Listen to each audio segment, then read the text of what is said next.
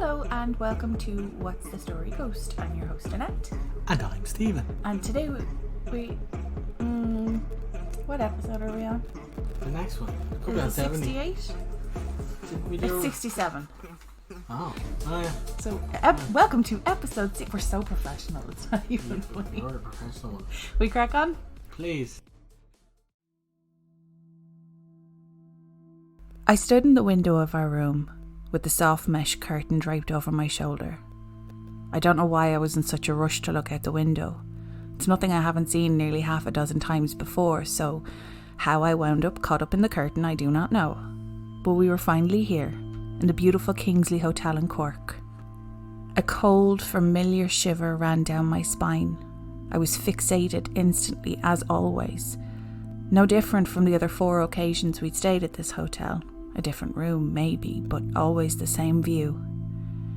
Stephen gently called my name, bringing me back down from the hill and into our hotel room. He asked if I wanted a glass of champagne. This visit was special. We were on our mini-moon. You see, we both loved the hotel, and we were, of course, both taking in the view, but the view I was taking in was different. Not the people down below in the warm infinity pool.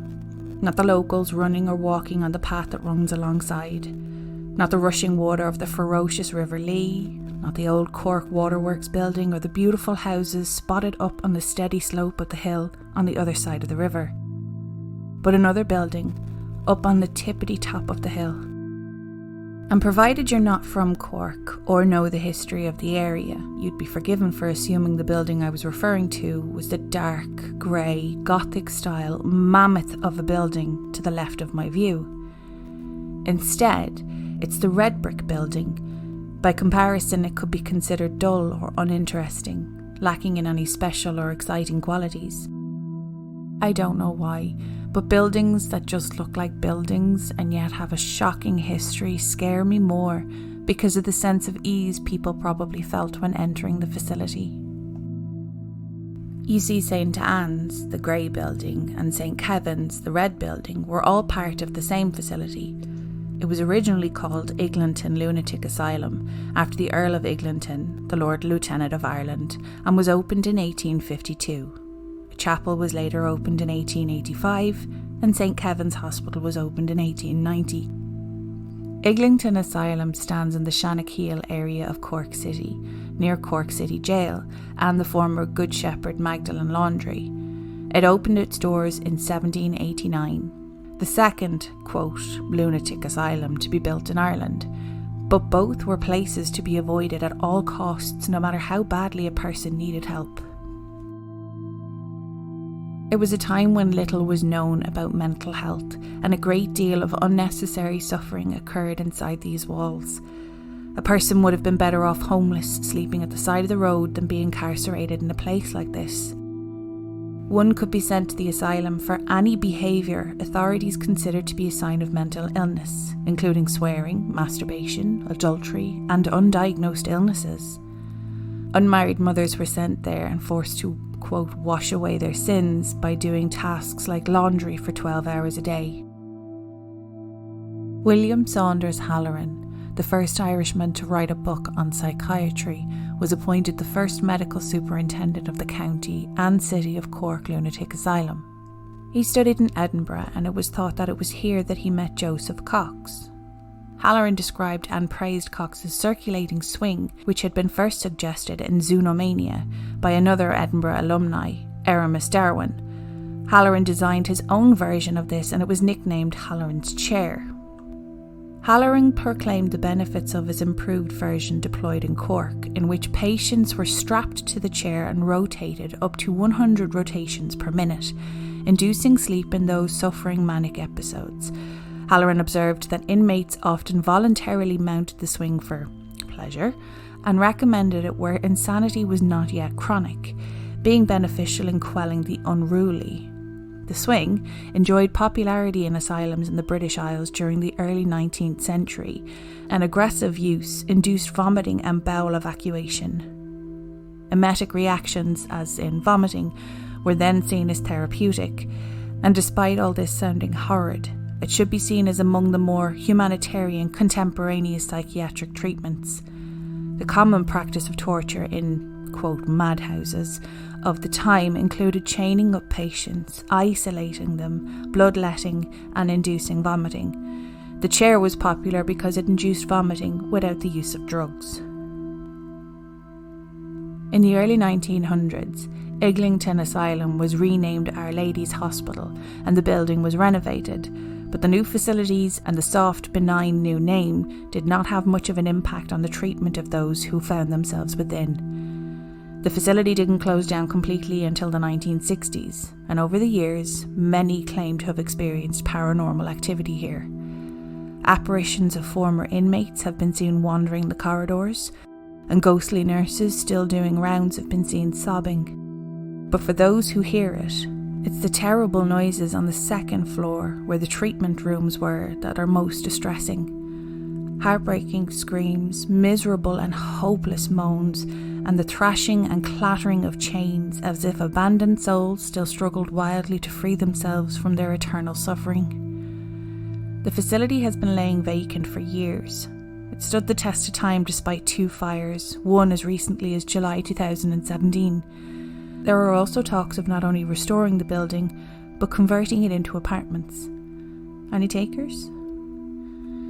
But should you need an extra shot of scary before you head back to work from your lunch or turn off to go to bed, let's take a walk, less than 20 minutes, to another of Cork's most famous locations and one of our favourite locations, Cork City Jail. The City Jail at Sunday's Well opened in 1824 and was active for 99 years. The building was originally a mixed-sex prison, although it later became used for women only. It's now a heritage centre. Having been there every time we visit Cork, yes, we've been there 5 times, the staff are so friendly and approachable, which is a sharp contrast to the conditions once experienced by prisoners in this jail. As I said, the jail originally housed both male and female inmates who committed crimes within the city boundaries. The ones who committed crimes outside of Cork City were sent to the Cork County Jail instead. Meanwhile, those sentenced to death were executed by hanging from the gatehouse of the prison. In 1868, hangings were eventually stopped. The gatehouse is the area that's most visible to onlookers and passers-by, and where you pay admission and can purchase an audio guide. The Cork City Jail may be grand, but the gatehouse is a reminder of its grim purpose. Not unlike Crumlin Jail in Northern Ireland, Cork City Jail has been restored and spruced up so well you would never think it was once a place of so much suffering. Having done the tour ourselves, we were shocked to learn that for some, Cork City Jail was, I wouldn't have said a haven, but it was a shelter, 3 meals and a chance to catch one's breath while living on the hard streets of Cork for some. With that in mind, it's no wonder that some believe that the former occupants have found it very difficult to leave. People living around Sunday's Well have always maintained that the jail was haunted, but I think we've come to the understanding that that word is used quite liberally when it comes to old buildings. In this instance, however, the rumours appear to be correct. Even during the initial restoration of the site, project staff became aware that something a little weird was present. Men's voices were heard coming from the room next door, but if investigated, no one could be found. Electrical items would be turned off or on, or even moved from place to place, as if a curious child wanted to play with the equipment. The phantom child theory also accounts for an encounter when someone felt a tug on their jacket, similar to the actions of a child trying to get one's attention. Of course, the prison had no shortage of women imprisoned for some of the wildest reasons, so there's no shortage of manifestations of phantom women. The apparitions don't seem overly choosy as to when they appear, as they've been seen in both day and night. The women are said to be tall and thin, dressed in smart 18th century attire. They always avoid eye contact with the living, perhaps even oblivious to their presence. The figures normally disappear into the walls. As you walk through the hallways and rooms, you will learn more about the jail. You'll also learn about the rules and punishments and the prisoners that used to be confined there. You'll encounter some wax figures depicting jail characters, such as guards and prisoners. They're all quite lifelike and definitely adds more to the experience. While you either listen to the audio guide or read the booklet, the wax figures show what life was like in the jail in the 1800s to the early 1900s. But as you wander around the impressive building, don't let your mind wander too far. You could very well see someone in the corner of your eye and just assume it's a wax figure, maybe down one of the corridors that's still in disarray. What do you think of that story? That was very cool. I really enjoy the stories where we've been to the place. I feel like we can actually have an opinion or, you know, give a true account of how we felt while we were there. Now, in fairness, like I said, it's embarrassing how many times we've gone. I'm pretty sure we're putting someone's kids through college. We haven't gone with the boys yet. In fact, the last time we went was, did we go on our mini moon in the December or the January? December was the mini moon. Yeah. February was... So 2019 was the last time we went. Oh, yeah. And we had been there religiously every year, except that year we went twice. We went in the January and then we went again in the December. But every time we've gone, it's just been like a staple piece of how we end our trip there. Yeah. And every time we go, I end up either relearning something or feel like I missed something the last time. It's kind of like when you watch a Marvel movie, or if you watch any movie that you think you've watched enough to kind of know the whole gist of the story, and then the second or third time you watch it, you're like, oh, I didn't cop that the last time. So it's like every time we do the tour, I either learn something new or something just sinks in a little bit better. But despite the fact, very much like Crumlin Road Jail, despite the fact that the place is really clean, really spruced up, it's eerie as hell for me. There are a couple of corridors that they haven't touched, and they have perspex glass, so you can see down through them. And it just goes to show, if they didn't do all of the renovations or the restoration that they did do, the place would just be in a heap. Like, but it really adds to the scary factor seeing what it was like, because there's no way it would be the way it is now. I mean, the prison service back then got very little money, and if it did, it went to the staff rather than the facilities, because they just didn't really care. Like, some of the stories that you'd hear about kids stealing bread, or, you know, what they'd end up in there for, it was really, really sad. There's one wax figure of a kid, and he just wanted somewhere warm to sleep for the night, and I just felt so bad. But I think I remember that one, yeah. I didn't have any definitive characters in that one, so I don't know if you actually came up with something. What was your man, the doctor, Halloran. Oh, I can't read my own writing. Halloran. I was just thinking of a doctor type figure. Yeah. Wallace Shawn came to mind. He is Sheldon Cooper's Mima's partner. Oh, doesn't he do the voice of one of the Toy Story characters? He does. He is. He's not the dinosaur. Find this out now for you. Wait, is he the plays dinosaur? Dr. John Sturgis. Yeah, he's the voice of Rex in Toy Story. He is the dinosaur. Why did I think that was your man who plays Ross? No, that's the giraffe in the Madagascar cartoon. They're not even the same species. No.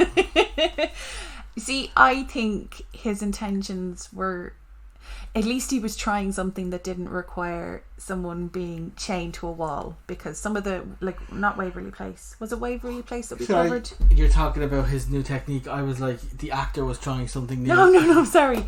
At least he was trying something. Yeah. Where it kind of feels like his swing was inducing some sort of G's, and people were passing out because, like, the same training that NASA pilots go through, and they pass out.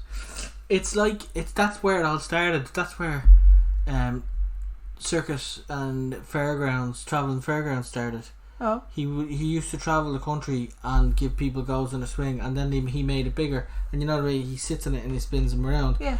He made one that's bigger but has all these chairs, and it spins around and pushes it to the side. And it's now a washing machine, I think they call it now. The spaceships. Yeah. And that's how that made up story came about. See, you sound so convincing. I don't know if you're serious or not. I am serious that it was made up. Okay. No, but so that character actually plays true for me, because he's sweet and he's adorable, and the character that he plays in Young Sheldon is like cute as a button.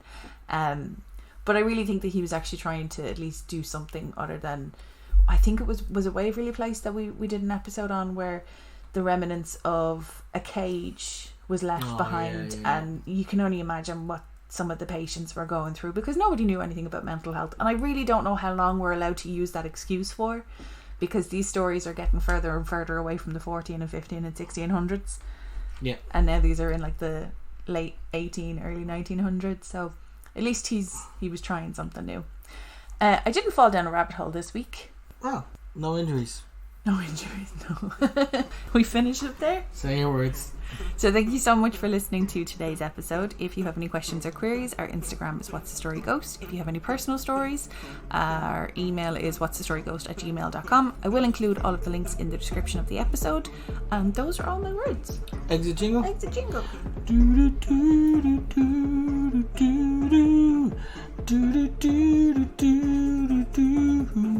Bye. That sounded very Saved by the Bell. You know, the dramatic scenes in it, not like the end credits. Blossom, I was. Yeah. She the one who wore all the hats. And then became Sheldon's girlfriend later in life. What?